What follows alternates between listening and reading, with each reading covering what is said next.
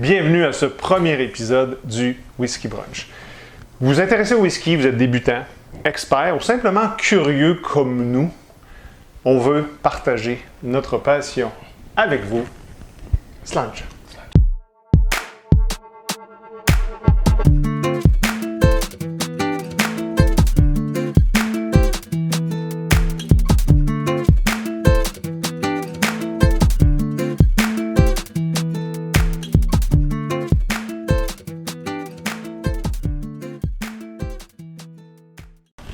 Alors, bienvenue à ce premier épisode de Whisky Brunch. Qui sommes-nous? Qui sommes-nous? Je me présente. Mon nom est Martin. Je bois quand même du whisky depuis un bon bout. J'ai travaillé un petit bout dans l'hôtellerie, donc j'ai dû en consommer. Pas que je voulais. Mais oui, puis j'en consomme énormément, je vais dire ça comme ça, avec mes acolytes. Donc oui, Martin.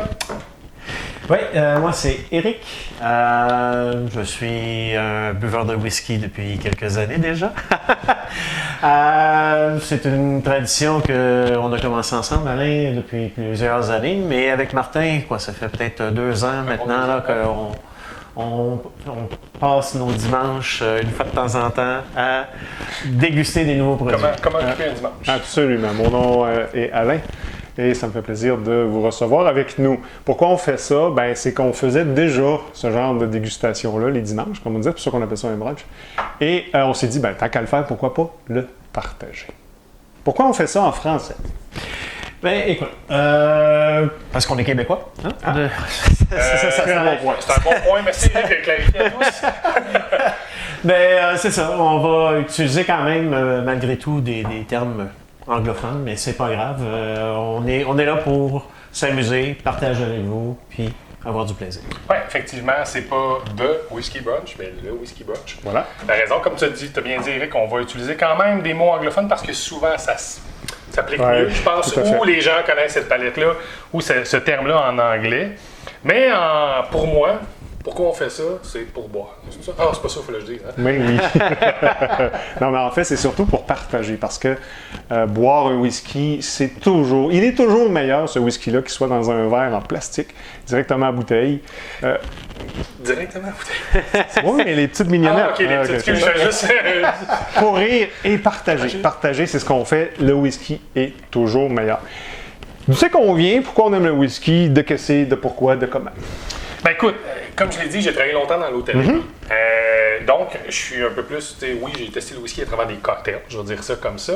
Mais en bonne compagnie, un soir, tard, tôt, peu importe comment on veut le voir, j'ai eu la chance de déguster un super Chivas Crown Royal qui a amené un peu un autre niveau mon whisky, je vais appeler ça comme ça. Puis après ça, ben écoutez, avec des beaux-frères, des amis, commencer à partager, discuter, plusieurs régions, un peu. Je n'avais pas vraiment encore établi mon goût, on va dire ça comme Absolument, ça. Oui. Puis depuis les 2 dernières années, merci la pandémie, on a partagé nos dimanches à déguster, puis c'est un peu d'où vient là, cette passion du whisky, mais ça fait quand même un bon bout de temps que j'en je ne peux pas dire que j'en consomme, mais Consommons. Ouais. Pour ma part, moi j'ai débuté quand même assez tôt, un peu comme tout le monde, ado, un peu. Des expériences plutôt très décevantes dans la réserve de mes parents avec du Canadian Club, quelque chose qui est vraiment... Ça reste un whisky. Ça reste un whisky, mais donc pas beaucoup de jouissance à ce niveau-là. À cette époque-là. Ça a été un peu plus tard, dans la vingtaine, où avec les copains, on a découvert les whiskies, puis on s'est mis à déguster.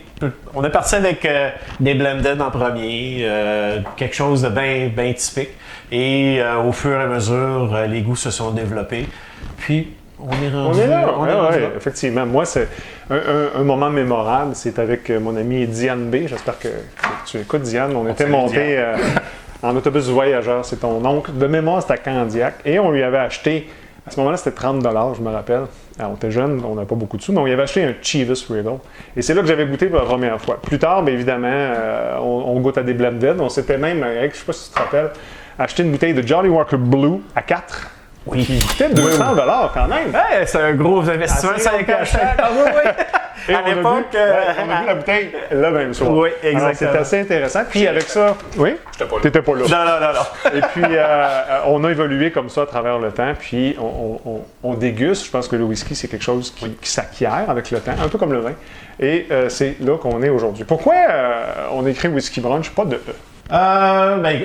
Le E, on va le retrouver surtout sur le whisky irlandais, sur le whisky américain. Nous, on a décidé de ne pas le mettre parce qu'on est plus des amateurs de whisky écossais. Ouais, écossais. T'es scotch! Martin, Bon, oui, moi j'en consomme plus là. Donc. non, mais honnêtement, oui, effectivement, le E, surtout sur l'irlandais, l'américain. Donc, quand on va consommer un whisky plus écossais, canadien, à partir de rail, ou du Japon, de la Taïwan, parce qu'ils en font là-bas, Absolument. même des pays nordiques, ben oui. j'ai là, même vu une distillerie au Myanmar.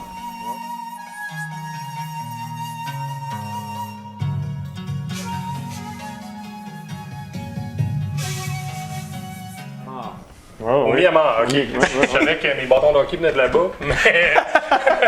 En Australie, C'est ça. même. En Australie, effectivement. définitivement. Donc, à ce moment-là, oui, le whisky ne prendra pas de E. Ouais. Donc, c'est vraiment dépendamment du pays. Et à l'origine, petite tranche d'histoire, whisky vient du gaélique whisky vert, ou ça dépend comment on dit, soit en irlandais ou en écossais, et c'était mélangé.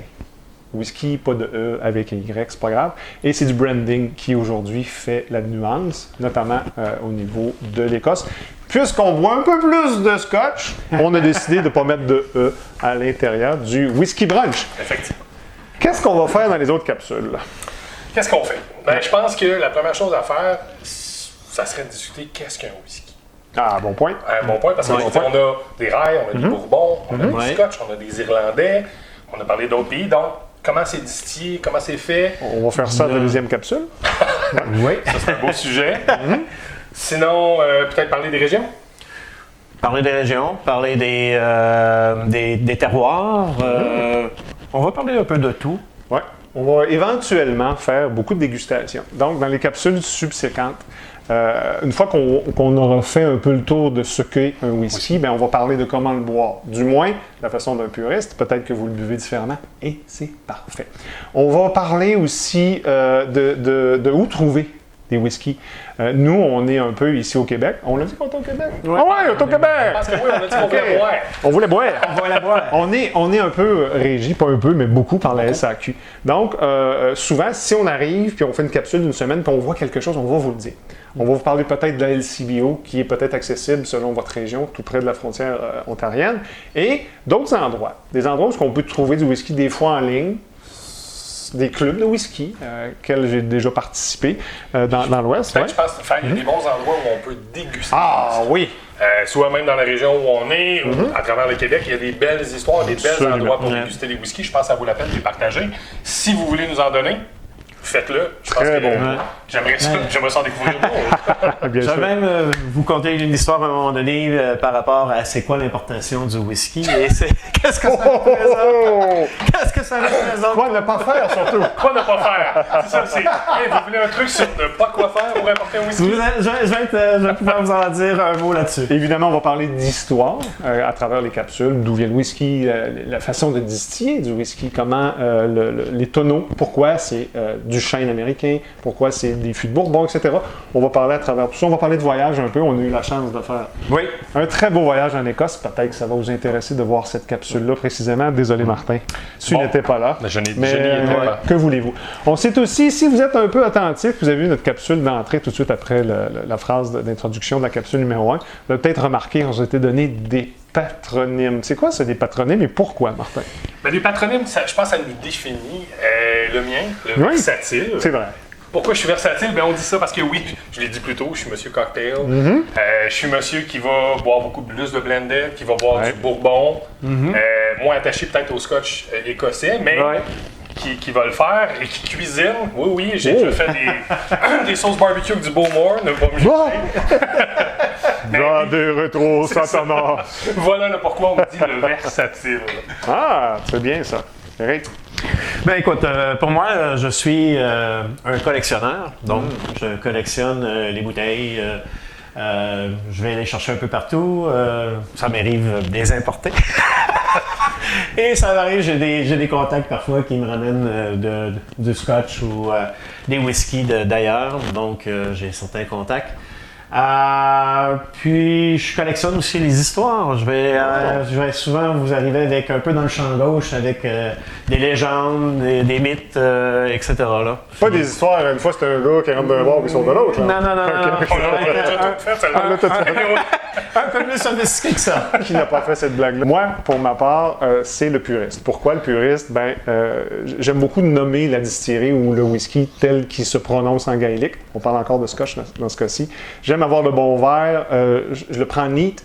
On parlait de termes anglophones. En fait, c'est sans glace à la température pièce dans un beau verre, dans un beau Glencairn. Donc, c'est pour ça que moi, je suis le puriste comme tel. Mais on a aussi, dans nos expériences, à travers les années, à travers nos partages, parce qu'on a partagé, puis on s'est fait connaître plein de choses, des goûts très particuliers. Eric, pour toi, c'est quoi ton ou tes whisky? Écoute, je pourrais remonter loin en arrière, à l'époque où on avait débuté, Alain, à déguster du whisky ensemble. J'avais découvert une bouteille de Lagavulin 16 ans. Bon choix. Et ça a toujours resté pour moi un coup de cœur qui, même aujourd'hui, je bois encore du Lagavulin 16 ans.